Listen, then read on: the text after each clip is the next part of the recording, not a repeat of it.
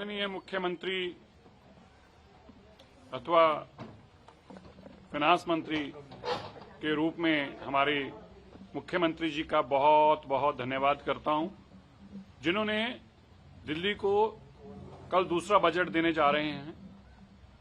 और इस बजट की खूबी ये है, दिल्ली में जो हम पिछले लगभग 30 सालों से पर्यावरण से लड़ाई लड़ रहे हैं और सभी सरकारें लगभग नाकाम रही, झूठे वादे और झूठी बातें करते रहे, हर साल दिलासे दिलाते रहे।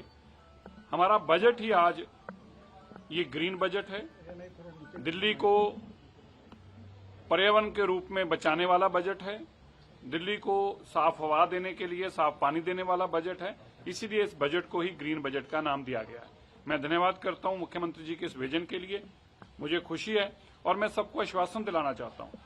दिल्ली की माननीय मुख्यमंत्री रेखा गुप्ता जी की अगुवाई में हम पिछले 1 साल में अनेकों ऐसे कामों को गति देने में कामयाब हुए हैं, जिन कामों की पूर्ति होने से दिल्ली में साफ हवा दिखाई देगी। जैसे end to end road carpeting का काम हो या मैकेनिकल रोड स्वीपिंग का काम शुरू करना हो, या दिल्ली के अंदर जो भारत स्टेज 6 से कम की कमर्शियल व्हीकल्स हैं उनके ऊपर रोक लगानी हो, no pollution certificate and no fuel की पॉलिसी लानी हो, हाई राइज बिल्डिंगों के ऊपर वाटर जेट्स लगाकर एयर कटर्स लगाने हो, एंटी स्मोक गन्स लगानी हो, दिल्ली की सड़कों के ऊपर मिस्ट लगानी हो।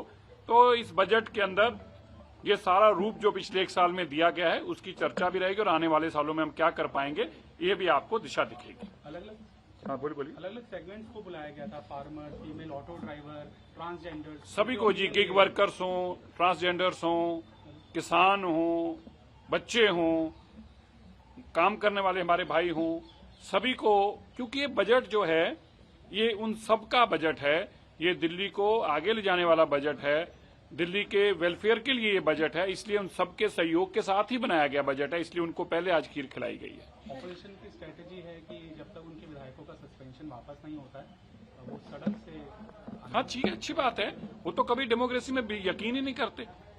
आम आदमी पार्टी एक ऐसी पार्टी है जो डेमोक्रेसी में यकीन नहीं करती, वो कत्ल करने के बावजूद भी अपने मंत्रियों को बचाते हैं। कल आपने देखा, परसों पंजाब के अंदर एक सुसाइड की गई अफसर द्वारा, उसने क्या बताया कि मेरे से पैसे मांगे जा रहे हैं, जबरन मेरे नाम से, अपने पिता के नाम से एक मंत्री वहां पे अपने टेंडर लेना चाह रहा था, उसको पीटकर, ये डेमोक्रेसी है इनकी, उसको पीटकर उससे वीडियो बनवाई गई और उसके बाद उसने सुसाइड कर ली। और भगवंत मान और अरविंद केजरीवाल उस मंत्री को बचाने पर लगे हुए हैं। ये इनका विजन है, ये इनकी डेमोक्रेसी है। अच्छी बात है, दिल्ली के लोगों को पता चल रहा है कि 11 साल तो नालायकी की 11 साल तो कोई काम किया नहीं। अब विपक्ष में रह के भी केवल और केवल नौटंकी प्रोमैक्स करते हैं, नौटंकी प्रोमैक्स। पीएम ने कीर्तिमान स्थापित किया है। देखिए, 8,931 दिन पूरे हुए। प्रधानमंत्री जी का longest serving as a public servant जो है, मैं मानता हूं जो उन्होंने कहा था मैं देश का चौकीदार हूं, ये उन्होंने सिद्ध करके दिखाया। पहले मैं 2 बातें आपको जरूर यहां कहना चाहता हूं। प्रधानमंत्री जी ने लॉन्गेस्ट सर्विंग तब हैं जब आज सोशल मीडिया का जमाना है, मीडिया का जमाना है, प्राइवेट चैनल्स का जमाना है, और वो अपनी जमीन से चले हैं। एक पार्टी के अंदर पार्टी के कार्यकर्ता से काम करते करते मुख्यमंत्री बने और मुख्यमंत्री से प्रधानमंत्री बने। वो किसी के पिताजी की, किसी के परिवार की लेगेसी लेकर नहीं बने।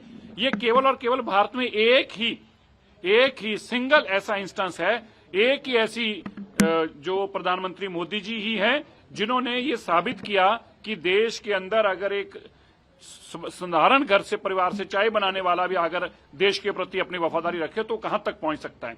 ऐसे जमाने में उन्होंने अपना सबसे लॉन्गेस्ट सर्विंग पब्लिक सर्वेंट का जो खिताब पाया है, मैं उनको बधाई भी देता हूं। और ये बात आज जानने की है कि ऐसे वक्त में उन्होंने पाया है जब आज छोटी छोटी चीजों के ऊपर भी सोशल मीडिया और मीडिया के माध्यम से हर चीज का विश्लेषण किया जाता है, आपके अच्छे बुरे कामों की चर्चा की जाती है। ये पुराना जमाना नहीं है कि टीवी भी सरकारी होता था, जो बोलना था सरकार की भाषा बोलता था। ऐसे में भी प्रधानमंत्री जी ने साबित करके दिखाया, अगर आप साफ सुथरी इमेज रखते हैं तो पब्लिक सर्वेंट के रूप में लोग आपको बार बार मौका देते हैं। नहीं जी, कुछ नहीं बढ़ेंगे।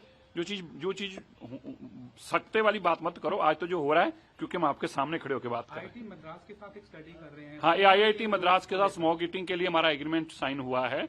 हम उनसे ये स्टडी करने को कहा है कि अगर जो स्मोक ईटिंग हमारा केमिकल अगर हम बिछाते हैं, लेयर्स बिछाते हैं सड़क के ऊपर, तो क्या वो वाकई ही पोल्यूशन को कम कर पाएगा तो कितना कम कर पाएगा, और वो कितनी देर तक उसकी लेयर रहेगी। तो इस सभी स्टडी के लिए आईआईटी मद्रास के साथ हमारा एक मसौदा साइन हुआ है।